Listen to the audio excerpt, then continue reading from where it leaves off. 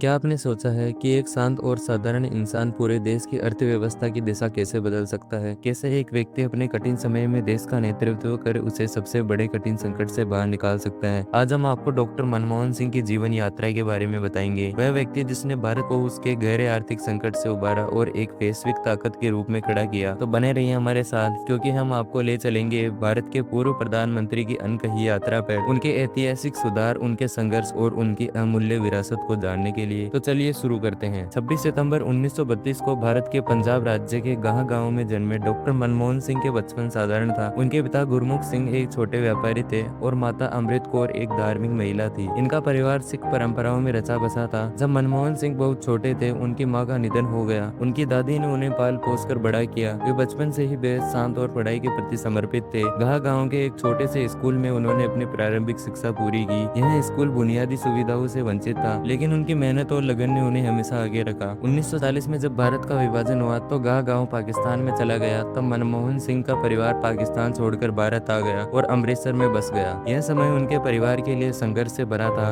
एक नए देश में अपने पैरों पर खड़ा होना उनके लिए आसान नहीं था। ऐसे कठिन समय में भी उन्होंने अपनी पढ़ाई जारी रखी और 1948 में पंजाब यूनिवर्सिटी से मैट्रिक परीक्षा में टॉप किया। उनकी बुद्धिमत्ता और पढ़ाई के प्रति उनका जुनून उनकी पहचान बन गया। मनमोहन सिंह ने पंजाब यूनिवर्सिटी से अर्थशास्त्र में 1952 में ग्रेजुएशन और 1954 में पोस्ट ग्रेजुएशन की डिग्री प्राप्त की। उनकी कड़ी मेहनत और लगन ने उन्हें छात्रवृत्ति दिलाई। 1957 में कैम्ब्रिज यूनिवर्सिटी से सेंट जॉन्स कॉलेज में उन्होंने अर्थशास्त्र में बीए किया। यहाँ उनके प्रोफेसर जॉन रॉबिन्सन ने उनकी प्रतिभा को पहचाना और उन्हें प्रेरित किया। इसके बाद उन्होंने 1962 में ऑक्सफोर्ड यूनिवर्सिटी से पीएचडी की। उनकी थीसिस इंडियाज एक्सपोर्ट परफॉर्मेंस ने भारतीय अर्थव्यवस्था के लिए कई नए रास्ते खोले। सन 1958 में उनका विवाह गुरशरण कौर से हुआ। उनकी 3 बेटियां हैं। डॉक्टर सिंह हमेशा एक सादा जीवन जीते थे। 1963 में डॉक्टर सिंह ने दिल्ली स्कूल ऑफ इकोनॉमिक्स में प्रोफेसर के रूप में काम शुरू किया। उनके व्याख्यान और गहन अध्ययन ने उन्हें छात्रों के बीच लोकप्रिय बनाया। 1966 में उन्होंने विदेश व्यापार मंत्रालय में मुख्य आर्थिक सलाहकार के रूप में काम करना शुरू किया। यहाँ से उनके सरकारी करियर की शुरुआत हुई। उन्होंने संयुक्त राष्ट्र और वर्ल्ड बैंक में भी काम किया, जहाँ उन्हें वैश्विक अर्थव्यवस्था की गहरी समझ मिली। सन 1982 से 1985 तक वे भारतीय रिजर्व बैंक के गवर्नर भी रहे। इस दौरान उन्होंने वित्तीय नीतियों में सुधार किए जो आज भी महत्वपूर्ण हैं। 1991 में भारत एक गंभीर आर्थिक संकट का सामना कर रहा था। विदेशी मुद्रा भंडार खत्म हो चुका था। इस कठिन समय में प्रधानमंत्री नरसिम्हा राव ने डॉक्टर मनमोहन सिंह को वित्त मंत्री बनाया। उन्होंने अपने इस कार्यकाल में उदारीकरण, निजीकरण और वैश्वीकरण की नीतियां लागू की। साथ ही लाइसेंस राज को खत्म कर व्यापार के द्वार खोले। रुपयों का अवमूल्यन किया, जिससे भारतीय निर्यात को बढ़ावा मिला। 1991 में उनके ऐतिहासिक बजट भाषण ने भारत के आर्थिक भविष्य की नींव रखी। उन्होंने कहा, कोई भी शक्ति उस विचार को नहीं रोक सकती है जिसका समय आ गया हो। सन 2004 में सोनिया गांधी के नेतृत्व में कांग्रेस पार्टी ने चुनाव जीता, लेकिन उन्होंने प्रधानमंत्री पद के लिए डॉक्टर मनमोहन सिंह का चयन किया। उनके प्रधानमंत्री कार्यकाल में मनरेगा जैसी योजनाएं ग्रामीण विकास में मील का पत्थर साबित हुई। भारत अमेरिका परमाणु समझौता उनकी सबसे बड़ी उपलब्धि मानी जाती है। 2009 में उन्हें दोबारा प्रधानमंत्री चुना गया। इस कार्यकाल में उन्होंने शिक्षा और स्वास्थ्य क्षेत्र पर ध्यान दिया। हालांकि 2G स्पेक्ट्रम घोटाला और कोयला घोटाला उनके कार्यकाल को विवादों में ले गए। भले ही उन्हें मौन प्रधानमंत्री कहा जाता था, लेकिन उनकी उपलब्धियां उनके आलोचकों को करारा जवाब देती थी। 26 दिसंबर 2024 को 92 वर्ष की आयु में उनका निधन हो गया। उनके निधन से देश ने एक महान अर्थशास्त्री और नेता को खो दिया। उनकी अंतिम यात्रा में हजारों लोग शामिल हुए और उन्हें श्रद्धांजलि दी। डॉक्टर मनमोहन सिंह की यह कहानी हमें सिखाती है कि सादगी, ईमानदारी और ज्ञान से किसी भी मुश्किल को पार किया जा सकता है। उनके सुधारों ने भारत को आर्थिक संकट से बाहर निकाला और भविष्य के लिए एक मजबूत नींव तैयार की। उनका जीवन हमें याद दिलाता है कि असली नेता वह होता है जो शब्दों से नहीं बल्कि अपने काम से प्रेरणा देता है। अगर आपको यह वीडियो पसंद आया और इससे कुछ सीखने को मिला तो हमारे चैनल को सब्सक्राइब करना ना भूलें।